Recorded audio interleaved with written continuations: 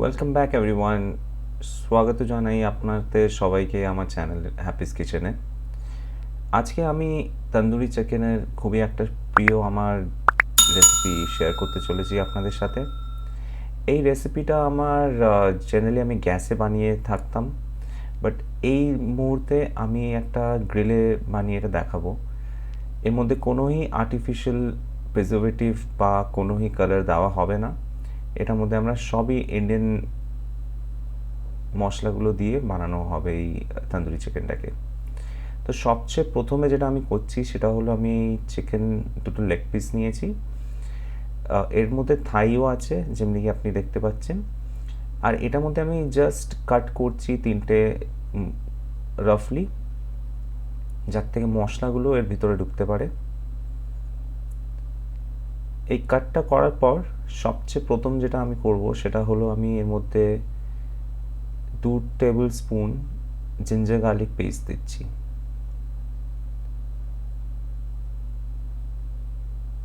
এখানে আমি রাফলি 1 KG chicken নিয়েছি। আর এই চিকেনটা যেমনি কি আপনি দেখতে পাচ্ছেন একটুখানি আমি জল ঝরিয়ে নিয়েছি ভালোভাবে, যেটার জন্য আমি ধুয়ে ভালো করে জল ঝরিয়ে ফ্রিজে রেখে দিয়েছিলাম যার থেকে জলটা শুকিয়ে যায়। এর মধ্যে আমি এবার কাশ্মীরি লাল মির্চ দিচ্ছি। এবার কাশ্মীরি লাল মির্চ যেমনি কি আপনারা জানেন এটা শুধু রঙের জন্য হয়, এটার মধ্যে কোনো রকমের ঝাল থাকে না। তো এই কাশ্মীরি লাল মির্চ থেকেই আমি ওই লাল রঙটা আনার চেষ্টা করব। কিন্তু হ্যাঁ, আপনি যতই কাশ্মীরি লাল মির্চ দেন এর মধ্যে ওই আর্টিফিশিয়াল ফুড কালার যেগুলো রেস্টুরেন্টে দেওয়া থাকে সেই রকমের লাল রঙটা হবে না, বাট এটা দিয়ে যথেষ্ট তন্দুরি রঙটা চলে আসে। সো এর মধ্যে আমি যেমনি কি আপনি দেখতে পাচ্ছেন আমি এর মধ্যে কোনোই মাপ দিই না, বাট জাস্ট একটা রাফ মেজারের জন্য যেটা আমি আপনাদেরকে জানাতে পারি, আমি একটা স্পুন ইউজ করছি যার মধ্যে আমি রাফলি 2 স্পুন কাশ্মীরি লাল মির্চ দিচ্ছি। এবার কাশ্মীরি লাল মির্চ দেওয়ার পর আমি যেটা করব সেটা হলো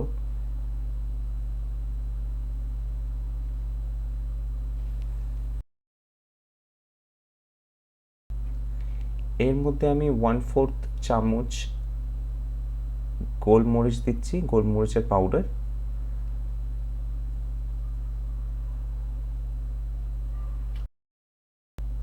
রাফলি 1/4 চামচ গরম মশলা পাউডার দিলাম।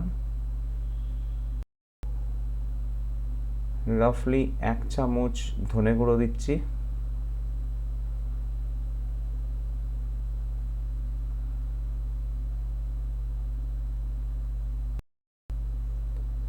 রাফলি 1 চামচ আমি জিরে গুঁড়ো দিচ্ছি।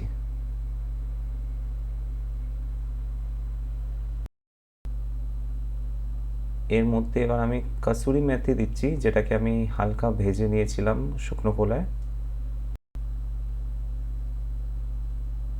এর মধ্যে এবার আমি এটা জল ঝরানো দই দিচ্ছি। এই দইটা বেসিক্যালি তন্দুরি চিকেনের যে পেস্টটাকে থাকে ওটা বাইন্ড করার মধ্যে হেল্প করে, আর এইটাই আপনার মাংসের সাথে মিশে একটা বার্ন ফ্লেভারও দেবে আমাদেরকে।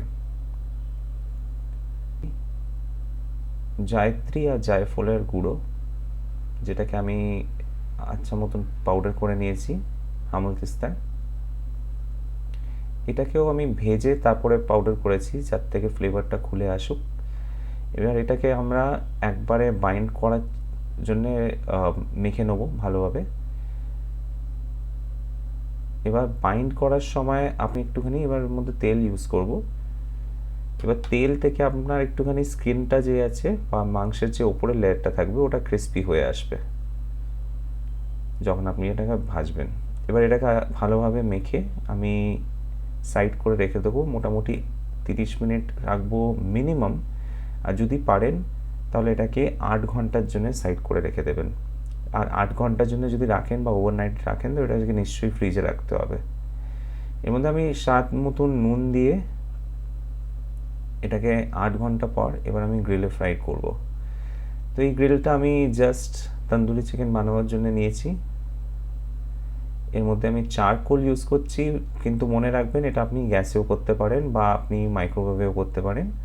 মাইক্রোওয়েভে করতে গেলে আপনাকে 220 ডিগ্রিজ টেম্পারেচারের মধ্যে প্রিহিট করে ওভেনটাকে রেখে দিতে হবে। ওর মধ্যে আপনি এই লেগ পিস এক এক করে ঢুকিয়ে মোটামুটি 20-25 মিনিটের মতন রাখলেই আপনার এটা হয়ে আসবে ইন্টারনাল টেম্পারেচার, আর এটা রেডি হয়ে আসবে।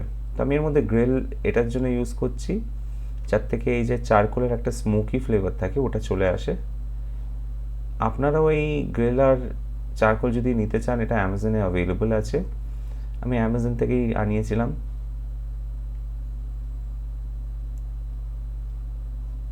তো এর মধ্যে আমি যেটা করব সেটা হলো আমি রাফলি 15 মিনিট এক এক সাইড করে আচ্ছা করে ভেজে নেব, আর ভাজার মাঝে মধ্যেই আমি একটুখানি করে বাটার বা ঘি ইউজ করব যার থেকে স্কিনটা ড্রাই না হয়ে যায়। এই রেসিপিটা খুবই সহজ বানানো। এবার আপনারা হয়তো অনেকগুলো রেসিপি দেখে থাকবেন যার মধ্যে ম্যারিনেশনের সময়ের মধ্যে তেল আর লেবু বা ভিনিগার টাইপের কিছু একটা জিনিস দেওয়া হয় যার থেকে মাংসটা টেন্ডার থাকে বা ভিতর থেকে জুসি রয়ে যায়। এর মধ্যে আমি কিন্তু সেটা দেইনি। দ্য রিজন ইজ আমি এর মধ্যে গ্রিল ইউজ করছি। এবার গ্রিল খুবই একটা ট্র্যাডিশনাল ব্যাপার, তো এর মধ্যে যা হয় এটার মধ্যে আপনার চিকেনটা পুরো ড্রাই হয়ে যাবে না। আপনারা নিশ্চয়ই একবার এটাকে ট্রাই করে দেখবেন। এর মধ্যে কোনোই লেবু বা কোনোই টক জাতীয় জিনিস লাগবে না মাংসকে গলাবার জন্যে। আর লেবু অবশ্যই আপনি দিতে পারেন স্বাদ মতন, চাট মশলা বা লেবু, যখন আপনি এটাকে সার্ভ করবেন। এবার 15 মিনিট করে আমি এক এক সাইড করে ভেজে ভেজে রেডি করে নেব। এবার এই মুহূর্তে আপনাকে পেশেন্স থাকতে হবে আর আগুনটাকে নিজের কাজ করতে দিতে হবে। এটা খুবই একটা সহজ রেসিপি, আর খুব বেশি যদি আমি বলি এর মধ্যে আমার সব থেকে বেশি ডিফিকাল্ট টাস্ক সেটা ছিল, যেহেতু এটা আমার প্রথমবার গ্রিলে বানানো, তো সেটা হলো কোয়লায় আগুন লাগানো। এই যে চারকোল আপনি নিচে দেখতে পাচ্ছেন, এই চারকোলের মধ্যে আগুনটা লাগানো খুবই মুশকিলের ব্যাপার। বাট হ্যাঁ, একবার আপনি যদি শিখে যান তো আমার মনে হয় এটা খুবই ইজি, আর আমি খুবই প্রেফার করি চারকোলে খাবার বানানো। সো আমি আর কি আপনাদেরকে দেখাতে পারি আমাকে নিশ্চয়ই জানাবেন কমেন্টে এই গ্রিলে বানিয়ে, তাহলে আমি ওইগুলো বানাবার চেষ্টা করব আপনাদের জন্যে।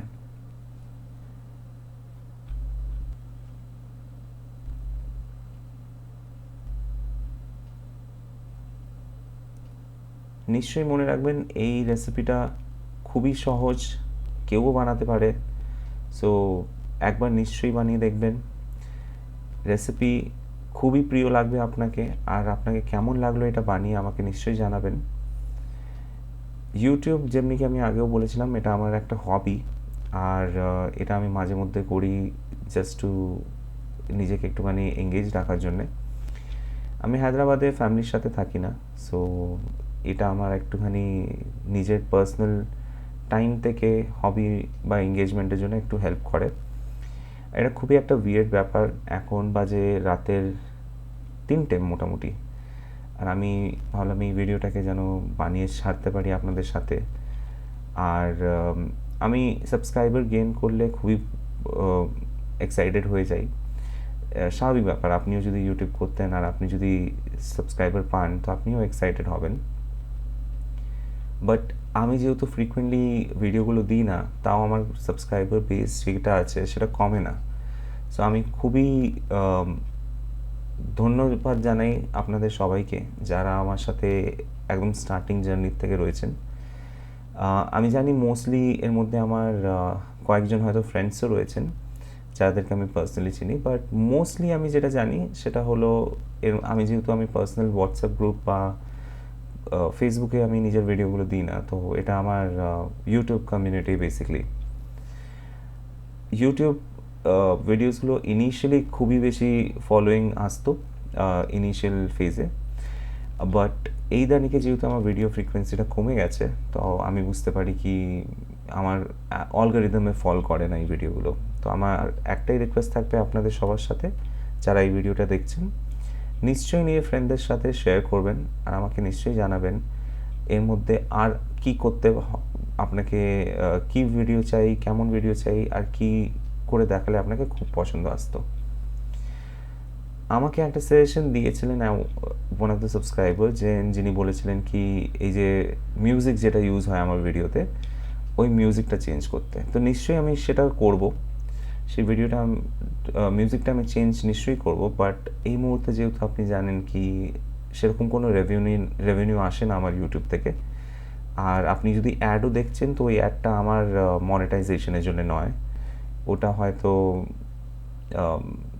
কোনো একটা মিউজিক বা কোনো একটা কম্পোনেন্ট এই ভিডিওতে যেটা মনিটাইজ রয়েছে অলরেডি, তাই বলে যেহেতু ওই মিউজিকটা ইউজ হচ্ছে বা ওই পোর্শনটা ইউজ হচ্ছে, তো ওর জন্য ওই অ্যাডটা চলে আসে। সো আমার ওর মধ্যে কোনো গেন নেই। আপনারা যেমনি জানেন কি 1000 সাবস্ক্রাইবার যতক্ষণ হয় না ততক্ষণ এটা হয় না।